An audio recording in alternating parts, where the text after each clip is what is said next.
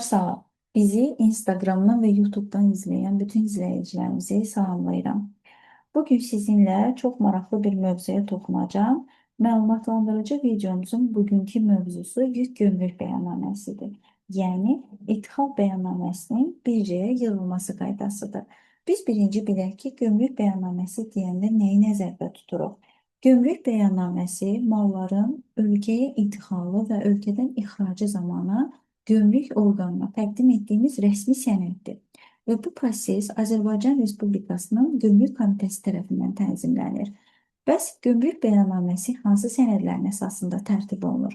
Dostlar, biz öz ölkəmizdə necə ticarət edirik? Müqavilə bağlayırıq və həmin müqavilənin üzərindən ödəniş edirik, tarix qeyd olunur, şərtlər qeyd olunur və bu hər iki tərəfin razılığı əsasında olur. Eyni qayda ithal və ixrac əməliyyatlarına da aiddir. Normalda, yəni gündəlik ticarət zamanı etdiyimiz əməliyyatları xarici əməliyyatlar üçün də nəzərdə tutulur, yəni edirik. Sadəcə bəzi sənədlərimiz fərqlidir. Məsələn, biz deyək ki, gömrük bəyannaməsi tərtib etmək istəyirik. Hansı sənəd lazımdır bizə? Baxın, bizə lazımdır invoice, bizə lazımdır xaricdəki şirkətlə bağladığımız müqavilə. Invoice ingilis sözüdür, mənası hesab faktura deməkdir bu arada. Yəni göndərdiyi mal haqqında məlumat yazılır, orada qeyd olunur. Sonra nəqliyyat sənədləri lazım olur, məişət sertifikatı lazım olur, uyğunluq sertifikatı lazım olur və s. Bir də nəzərinizə çatdırmaq istəyirəm ki, nəqliyyat sənədləri deyəndə biz quru yolu ilə, dəniz yolu ilə və hava yolu ilə yük daşıma həyata keçirdə bilərik, yəni mal gətirə bilərik ölkəyə və əgər quru yolu ilə daşıma ediriksə bu CMR sənədi ilə, dəniz yolu ilə daşıma ediriksə Bill of Lading, yəni hamısı eyni sənəddir, sadəcə dəniz yolu üçün adı başqadır. Hava yolu üçün də Air Waybill sənədi tələb olunur. Gömrük bəyannaməsini əgər biz özümüz yığa biliriksə, Custom Qovaz onlayn portalında yığırıq, yığa bilmiriksə, Bakı Baş Gömrük İdarəsində bu əməliyyatı bizim yerimizə yerinə yetirəcək brokerlər var, hansı ki, biz rüsumu ödəyirik, onlar bizim bəyannaməmizi tərtib edirlər. Bəs bu bəyannamələri deyək ki, əlimizdə gəlib yığılıb, bunu bircəyə necə yazaq? Necə bilək ki, bizim xaricdən gələn malımızın maya dəyəri budur, filan kəsdən gəlib mənə və mən həmin xarici şirkətə SWIFT yolu ilə, xarici pul köçürmə yolu ilə ödəniş etməliyəm. Gəlin başlayaq ilk məlumat kitablarından. Baxın, biz birinci nə etməliyik? Biz birinci kontragentlərdə xarici kreditor yaratmalıyıq. Bir papqa yaradacaqsınız, xarici kreditor və həmin papqanın bir dəfəlik müxabirləşməsi gəlin bir yerdə edək. Bunu silim sizlə bir yerdə edim. Baxın, əlavə et. Buradan seçirsiniz. Xarici valyuta ilə hesablamalar. Biz artıq xarici kreditorumuz var deyə 531.02 müxabirləşməsini götürməliyik və əgər avansla çalışırıqsa onlarla, avans hesabında sonu 02 qeyd etməlisiniz. Gəlir və xərc hesabı digər videolarımızı izləmişsinizsə eyni qalacaq. Satışdan gələn gəlir və malların maya dəyərini silinmə hesabı, ideyalar üzrə hesablaşmaya da eyni müxabirləşməni qeyd etsək daha yaxşı olar. Və qeyd et, OK vursaq, artıq müxabirləşməmiz hazırdır. Xarici kreditor yaradıram. Daxil oluram papqaya, əlavə et. Xarici kreditorumuz deyək ki, mən adətən həmişə gömrük bəyannamələrini maşın ticarəti üzərindən edirəm. Bu dəfə sizlə də eyni qaydada davam edin. Deyək ki, bir maşın seçək. Nə götürək? BMW götürün. Başqa bir şey götürək. Olsun Hyundai.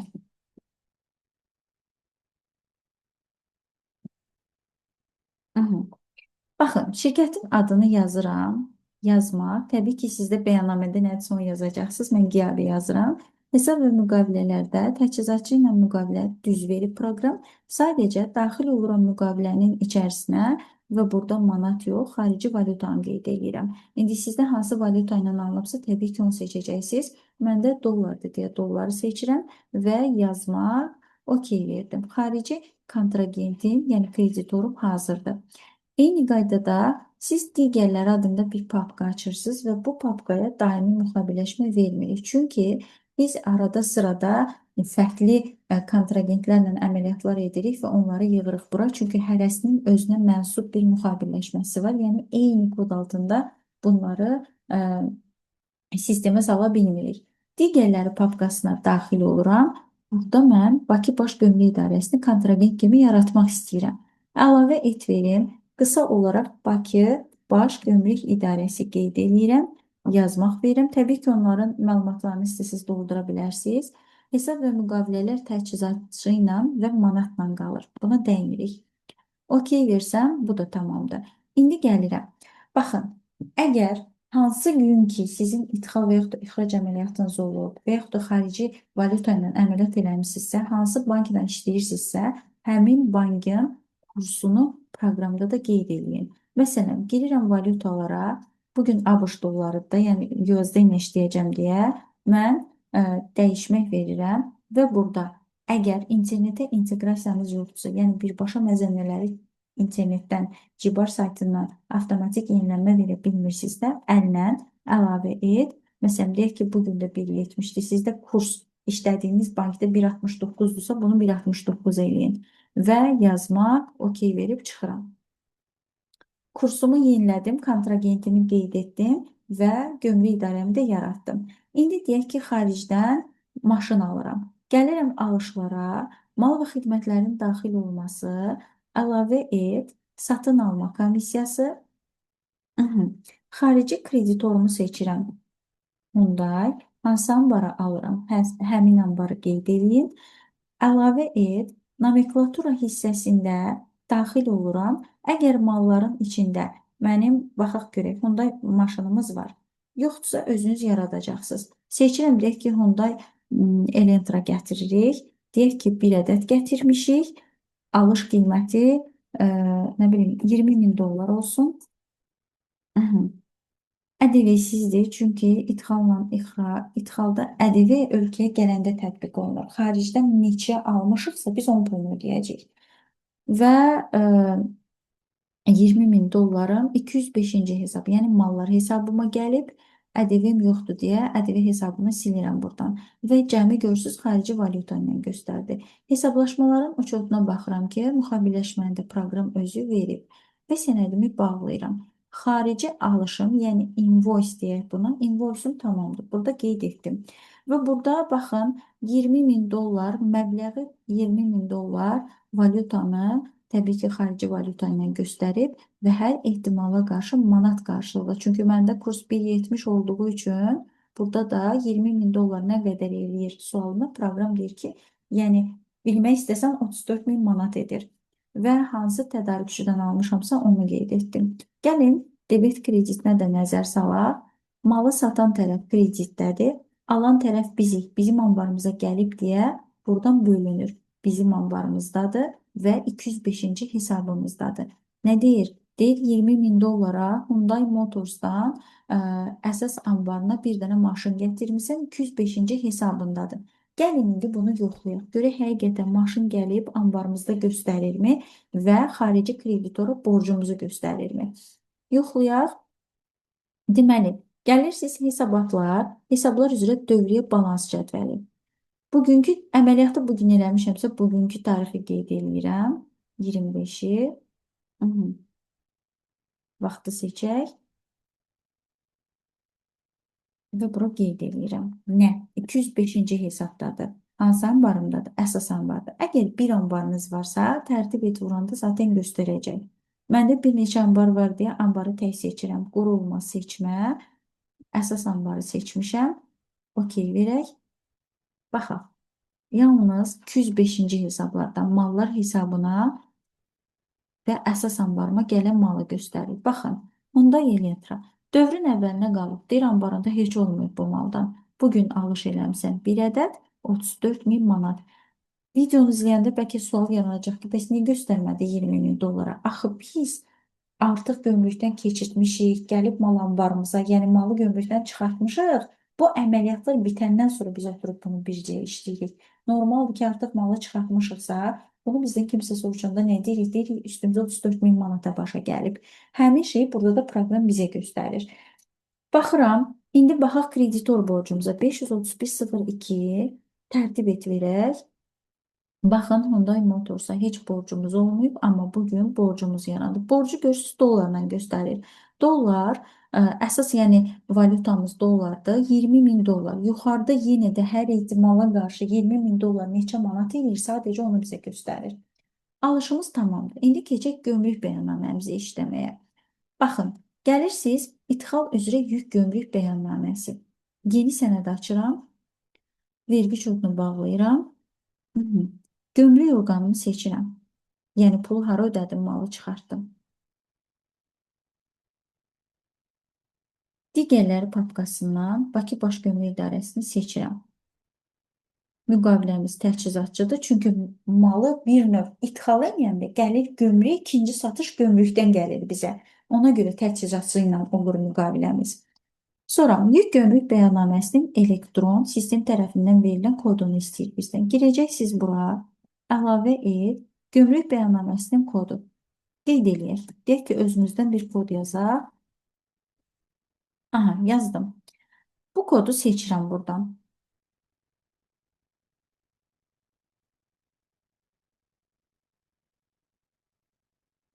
Əskik yazmışıq deyə deyir tam doldu. Deyək ki, seçdik.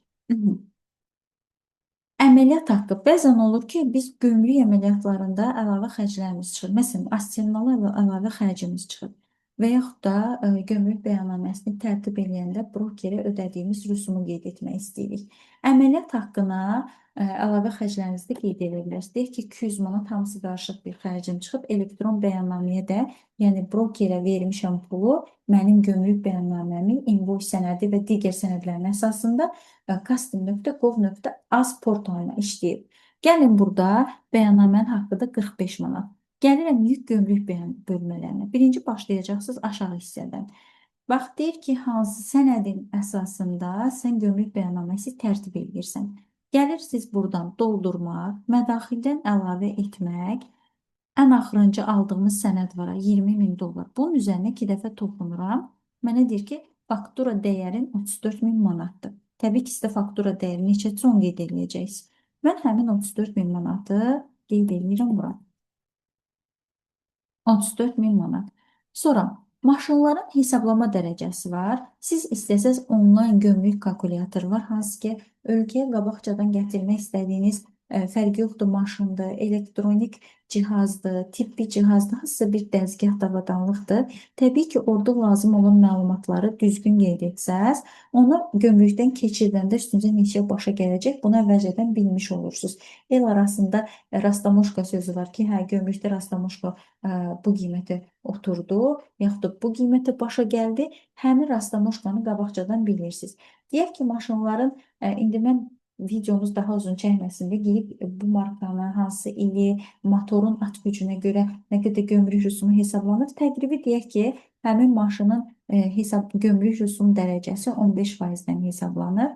Baxın, minik avtomobilləri ölkəyə gələndə onlar mütləq ƏDV-yə düşür, yəni ƏDV əvəzləşməsi eləyə bilərik və ƏDV ödəyəcəyik biz gömrüyə. Buna görə 15% gömrük rüsumu 5100 manat, 34 minin 18% ƏDV-si də 7038 manat elədi. İndi baxın, həm gömrük rüsumu gördüm, həm də ödəyəcəyim, yaxud da ödədiyimiz ƏDV-ni bölüşdürmək verək. Çünki maşının maya dəyərinin üstünə nələr gələcək proqram onu bizə göstərir. Əgər ƏDV əvəzləşməyə gedirsə ki, minik avtomobilləri gedir, siz maşını çıxardandan sonra gömrüyə ödədiyimiz ƏDV-ni sonra əvəzləşdirə bilirik. Amma bəzi şeylər var ki, təbii ki, orada da istisnalar var ki, elə mallar var ki, onlar gələndə gömrük əvəzləşməsinə, yəni ƏDV əvəzləşməsinə getmir. İndi ƏDV-m düşdü, gömrük rüsumum düşdü. Mal hara gəlir? 205-ci hesabımıza. ƏDV var deyə biz bura 241.01, yəni alışın ƏDV əvəzləşmə hesabını qeyd edirik. Hesablaşmaların uçotu, gömrük müxabirləşməsi 538, bunun 01-i 02-sən köməkçi hesabı yoxdur. Mal hansı hesabımıza gəlib? 205-ə. Hesablaşmaların uçotunda 205-i qeyd edeyim. 205 və bölüşdür bura. Sənədimiz hazırdır və okey. Gömrük bəyannaməmi tərtib etdim. Üstə nəyə baxıram? Bir gömrük sənədim var, aşağıda göstərir. Sistem tərəfindən verilən tarif, avtomatik unikal nömrə, gömrük bəyannaməsindəki elektron sistem tərəfindən verilmiş. Necə qaimələrə kodlar verilir? Sistem qaimə nömrəsi həmin nömrədir. Hansı valyuta ilədir? Gömrük, neçə min manatlı faktura deyəlim. Gömrük, ƏDV, əməliyyat haqqı, elektron bəyan. Çəkdiyimiz bütün xərcləri sənədə üstdən baxanda da göstərir. Və mən debit kreditinə baxmaq istəyirəm. Baxın, debit kreditdə maşın bizə neçə gəlmişdi onu göstərmir. Sadəcə gömrüyə çəkdiyimiz xərcləri göstərir və hansı gömrükdə gələn malın maya dəyərinin üzərinə gəlirsə, yəni kalkulyasiyanı əmələ gətirirsə, sadəcə onu göstərir. Əgər debetdə malın adını, yəni 205-ci hesabı görürsünüzsə, həmin məbləğ maşının maya dəyərinin üstünə gəlir. Amma gömrükdə görürsünüz, deyir, gömrüyə ödədiyin ƏDV-ni əvəzləşdirə bilərsən. Bunu maşının maya dəyərinin üstünə gəlmir. Əvəzləşmədə saxlayır ki, biz bunu əvəzləşdirə bilərik. Baxaq, deyir 5100 manat gömrük rüsumunu gəldi maşının maya dəyərinin üstünə. Ödədiyim ƏDV-ni əvəzləşməyə atdım. Biz ödəmişik gömrüyə. Çıxartmışıq maşını, amma gömrüyə ödədiyimiz ƏDV-ni əvəzləşdirə bilirik. 200 manat əlavə çəkdiyimiz xərc və 45 manat da bəyannamənin rüsumu. Maşının maya dəyərinin üstünə gəldi. Və yaxud dövriyyə balansa biz nəzər salanda görürsünüz, maşının maya dəyərini 205-ə baxaq, 34 min manat göstərildi. İndi dəyişəcək. Tərtib et verək. Bu arada malın adına tək də baxa bilirsiniz. Məsələn, mən belə qarışıqlıq istəmirəm deyirsinizsə, qurulma, seçmə, nomenklatura hissəsinə gəlin, maşının adını mallar bölməsindən seçin və maşını sadəcə tək baxın. Yəni, digər malları göstərməsin sizə. OK verək.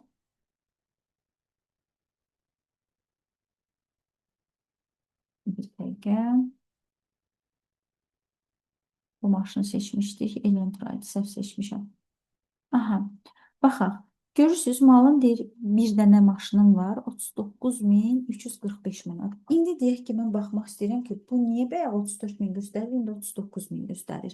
Məbləğin üzərinə 2 dəfə toxunur və bizə şahmatvari hesab kartı verir ki, bunun izahını göstərir. Deyir, maşının öz alış qiyməti 34 min manatdır. İdxal üzrə gömrük, baxın, Bakı baş gömrüyə. Yəni, gömrük rüsumu 5100 manatdır. 200 manat əlavə xərcimizdir və 45 manat da elektron bəyannamə haqqıdır. Yəni, bu pullar gələndən sonra maşının maya dəyəri 39.345 manatdır. İndi baxmaq istəyirəm ki, gömrüyə ödədiyim ƏDV əvəzləşmə hesabımda göstərirmi? 241.01 tərtib et verək. Aha. Baxın, Bakı baş gömrüyün adının qabağına debetdə, yəni passivdə 7038 manat göstərir. İndi baxmaq istəyirəm ki, mən gömrüyə nə qədər pulu ödəmişəm. Burada cəm görmək istəyirəm. 538 tərtib et verək. Deyir ki, sən maşını çıxartmaq üçün gömrüyə 12.383 manat pul ödəmsən. Bu məbləği kopyalayıram. Çünki mən bunu zaten gömrüyə ödəmişəm. Gedirəm bankdan ödəməyə. Rəsmi elədiyiniz bütün əməliyyatları biz bircədə də eynən qeyd etməliyik. Çıxan ödəniş tapşırığı, əlavə et. Baxın, burada gömrüyə ödəniş deyilən bir maddə yoxdur. Gömrüyün təchizatçı kimi qeyd olunması və təchizatçı müqaviləsinin seçilməsi bax buna görədir. Yəni, əsas səbəb buydu. Malsatana ödəniş sözünü seçirik. Bank hesabımız, hansı bank hesabından ödəyəcəmsə, seçirəm həmin bank hesabını. Burada seçirəm Bakı baş gömrüyün adını yazsız gətirəcək. Məbləği kopyalamışdım, atıram bura və 538 gömrük müqaviləşməsini qeyd edirəm. Hərəkət maddəsi olaraq məxaric, özünüz üçün burada bir maddə yaradın. Məsələn, idxal əməliyyatlarının xərci və yaxud da gömrük rüsumu. Nə istəsəz yaratmaq olar ki, pulun təyinat olmasını göstərəsiz. Deyək ki, gömrük xidmət haqqı ödəniş. Mən bunu qoydum. Ödəniş tapşırığı ödənilib qeyd etdim və sənədimi bağlayıram. Sənədimizi seçək, debit kreditinə baxaq. Bizim bank hesabımız kreditdədir, çünki pul bizdən çıxıb. Deyir ki, sənin Azərbaycan Beynəlxalq Bankı Nərmanov filialının manat hesabından gömrüyə pul ödəmsən. Nə qədər? 12.383 manat. Və debitdə pul ödənən tərəfi debitə atıb 538 gömrüyü. Gedirəm bayaqki hesabata, yenə qayıda. Baxın, gömrüyü kreditdə göstərirdi, çünki həqiqətən buna borcumuz var idi. İndi ödəniş sənədini vurdum. Tərtib et verəndə görürsüz, debit kredit bir-birini bağladı və gömrüyün adının qarşısında dövrün sonuna qalığımız qalmadı. İndi gələk ikinci ödənişə. Axı bizim xarici kreditora da ödənişimiz var. 531.02 tərtib et verim. Nə qədər ödəməli idik? 20.000 dollar. Hyundai Motorsa 20.000 dollar pul ödəməliyəm. Gedirəm yenə bank, çıxan ödəniş tapşırığı, 2 dəqiqə, aha, çıxan ödəniş tapşırığı əlavə et, yenə malsatana ödəniş, okey. Dollar hesabından ödəyirəm 223.02. Əgər dollar hesabınızda pul yoxdursa, manat hesabınızdan dollara pulun çevrilmə qaydası, hansı ki YouTube'da artıq bu videomuz var, konvertasiya əməliyyatını izləyə bilərsiniz. Buradan siz bura dollar hesabını qoyanda proqram avtomatik dollar hesabınızı gətirir. Kimə ödəyirəm? Kreditorun baş hərflərini yazanda çıxardır. Bir də bu 3 düyməyə toxunub xarici kreditor papkasından manual olaraq seçə bilərsiniz. 20.000 dollar qeyd eləyək. Görürsünüz, əsas valyutanı verdi və deyir ki, kurs səndə 1.70-dir. Çünki proqramımda mən 1.70 ilə işləmişəm kursu. Müxavirləşməni proqram otomatik qoydu. Niyə? Çünki Hyundai Motorsu yaratdığım xarici kreditora bir dəfəlik müxavirləşmə əmri vermişəm. Hərəkət maddəsi seçirəm. Məxaric. Bu məndən ötürü kreditordur. Satıcılara ödəniş, yəni mal satıb mənə və ödəniş tapşırığı ödənilib. Sənədimizi bağlayaq. Debit kreditinə baxaq. Yenə xarici hesabıma atdı kreditə, çünki ödəyən tərəf mənəm, alan tərəf debitdədir. Deyir, Aksis Bankın dollar hesabından 20.000 dollar, 20.000 dollar kimi də görürsüz ödəniş şəklini göstərib ki, Hyundai Motorsa, yəni xarici kreditora pul ödəmsən, hər ehtimala qarşı 20.000 dollar nə qədər edir ki, sualını bizə göstərir ki, 34.000 manat. Gəlirəm dövriyyə balansa, indi yoxlayıram görün, borcu ödəmişəm. Bunu, yəni Hyundai Motorsa olan borcu proqramda bağlayırım. Tərtib et versək və bizə göstərir ki, artıq dövrün sonuna Hyundai Motorsa bir qəpik də borcumuz qalmayıb. Dostlar, ümid edirəm bu videomda digərləri kimsə maraqlı gələr, faydalı olar inşallah. Kanalımıza abunə olun, dostlarınızla paylaşmağı unutmayın və videolarımızı təbii ki bəyənin.